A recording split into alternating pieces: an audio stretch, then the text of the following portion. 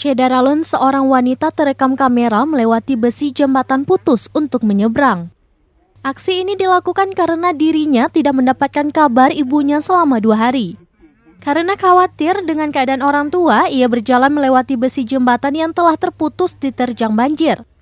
Aksi nekat yang dilakukan seorang perempuan itu terjadi di Kampung Belukar Bukit, Terengganu, Malaysia. Video tersebut diunggah oleh pengguna Facebook Aslina Ngah pada hari Senin 28 Februari 2022 dan telah dibagikan lebih dari 1000 kali.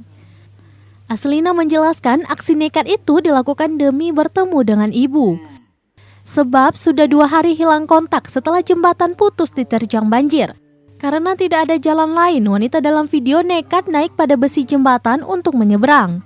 Bukan hanya jalan yang putus, untuk berkomunikasi juga tidak bisa dilakukan. Karena listrik tidak bisa digunakan di lokasi banjir.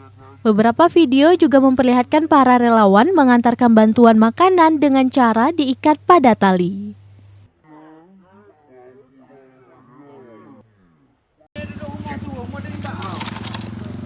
Tali betul. Batu rumah macam Mina ni. Hei, Contoh. hei. Tiga. 3 macam Mina rumah amak-amak kisah. Ya. Bukan mana. Untuk lupa. Untuk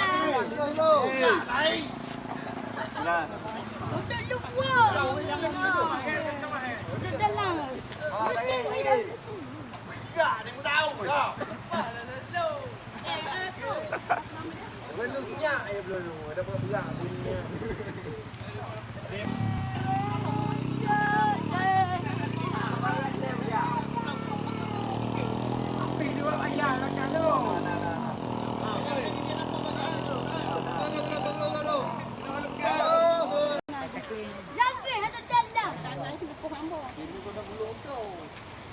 Lebih ada dalam.